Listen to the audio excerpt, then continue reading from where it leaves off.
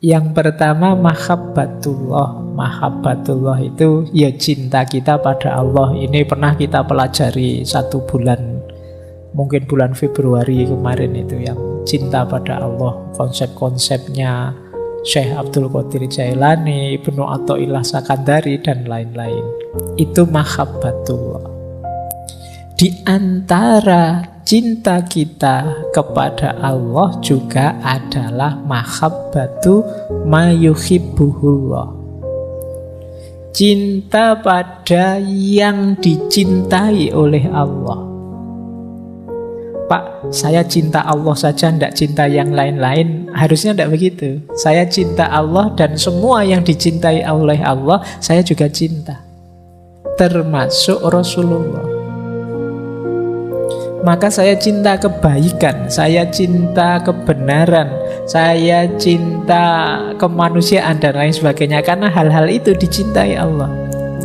Termasuk Allah sangat mencintai kekasihnya nomor 1, namanya Muhammad.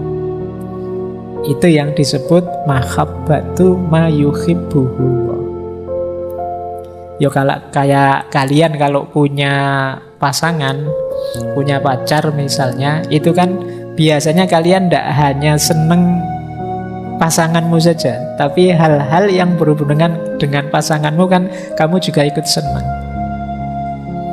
Kadang-kadang awalnya kamu tidak seneng, tapi lama-lama ikut seneng juga.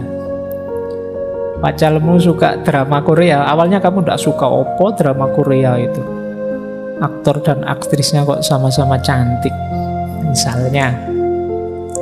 Nah, tapi karena harus menemani, lama-lama ya ikut seneng.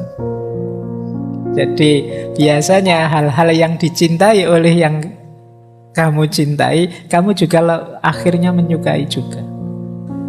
Nah, mahabbatu mayuhibbuhullah itu gambarannya semacam itu. Saya mencintai Rasulullah. Karena apa? Rasulullah itu sangat dicintai oleh Allah. Nanti ada orang yang pakai logika, opo pantes ya saya itu mencintai Allah, wong kelakuanku kayak gini. Sudahlah, saya minta diantarkan saja oleh Rasulullah yang sangat dicintai oleh Allah. Nah, ini namanya mahabbatu mayuhibbuhullah. Cinta pada apa yang dicintai oleh Allah. Ini nanti sebenarnya luas, termasuk mungkin kita menyayangi sesama, menyayangi alam semesta, semua makhluknya Allah. Itu kan termasuk ma yuhibbuhullah, apa yang dicintai oleh Allah. Oke, berarti memang perilaku-perilaku, sikap, pikiran yang isinya kebencian-kebencian terhadap makhluk Allah apapun dan manapun, kita harus hati-hati. Karena tentunya Allah sebagai pencipta mencintai ciptaannya yang mana saja. Jangan sampai kebencian kita pada makhluknya Allah yang mana saja membuat Allah murka. Karena betapapun semua makhluk ya ciptaannya Allah.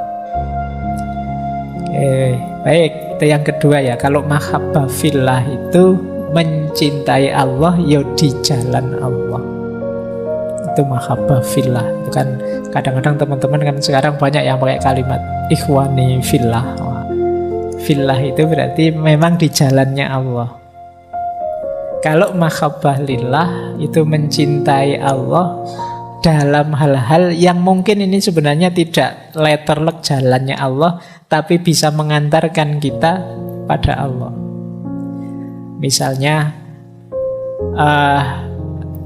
saya suka baca buku malam-malam karena Allah suka dengan belajar, dan saya membacanya ini karena Allah. Lillah itu kan artinya karena Allah. Jadi melakukan sesuatu atau menyukai sesuatu karena Allah, itu juga bagian dari cinta kepada Allah. Aku menyukaimu karena Allah. Makanya kayak kita pacaran yang syar'i ya. Kita misalnya itu yo kamu kan harus ngatur kan, tidak boleh macam-macam. Kalau syar'i itu tidak boleh pegang tangan, tidak boleh lihat aurat, tidak boleh deket-deketan, kan? Nah, kenapa begitu? Karena lillah. Aku melakukan ini karena Allah. Nanti kamu atur sendirilah. Mungkin lewat WA saja, nggak usah pakai selfie-selfie, nggak usah pakai. Atau yang syar'i itu kalau pas mau memulai apel pacaran, kita mulai dengan berdoa, baca Fatihah dulu.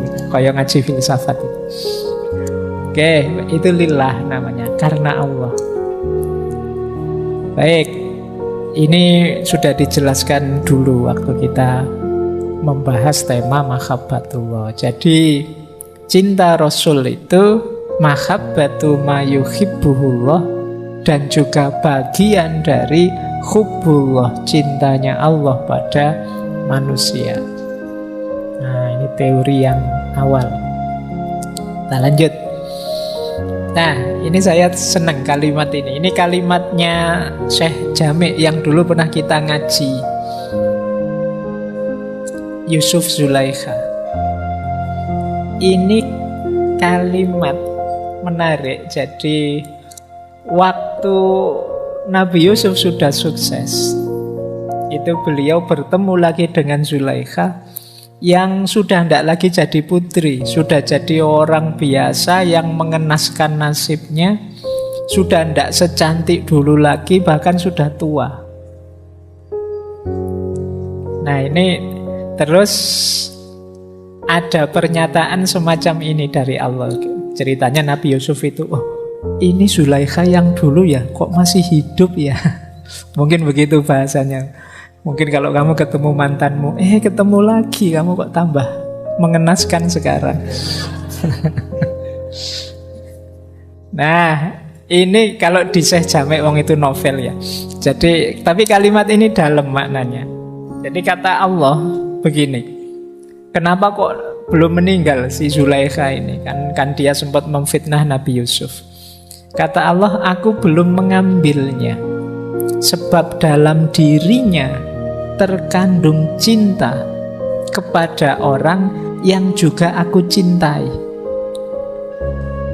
Karena ia sangat sayang padamu, bagaimana engkau mengira bahwa aku akan mengambil hidupnya?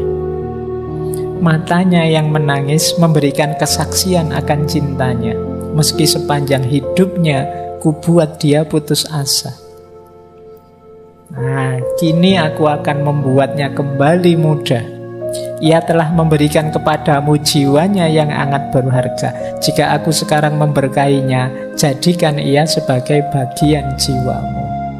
Nah, kalau di novelnya Jami' kan kemudian menikah Yusuf Zulaikha ini. Jadi kenapa sih kok Allah tidak mengambil tindakan pada Zulaikha ini?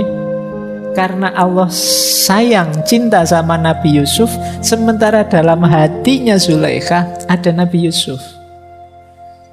Tidak mungkin aku menghancurkan dia, karena dalam hatinya ada dirimu, sementara aku sangat mencintainya. Ini pentingnya teman-teman. Ayo dihidupkan cinta pada Rasulullah itu dalam diri kita. Berarti di batin kita, di kolbu kita ada Rasulullah.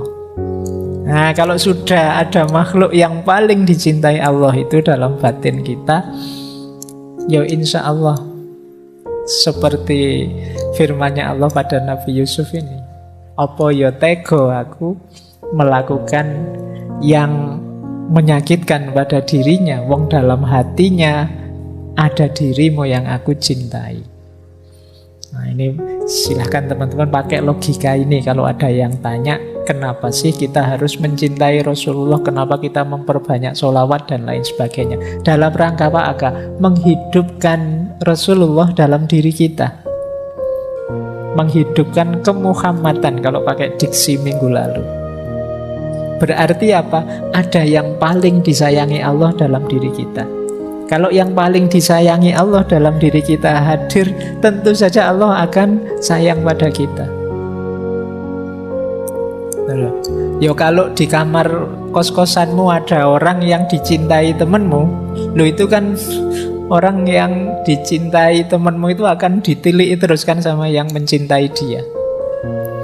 Nah, meskipun mungkin yang datang ke kamarmu itu tidak suka sama kamu, tapi kan akhirnya datang sama kamu juga. Nah, itu cara berpikirnya begitu.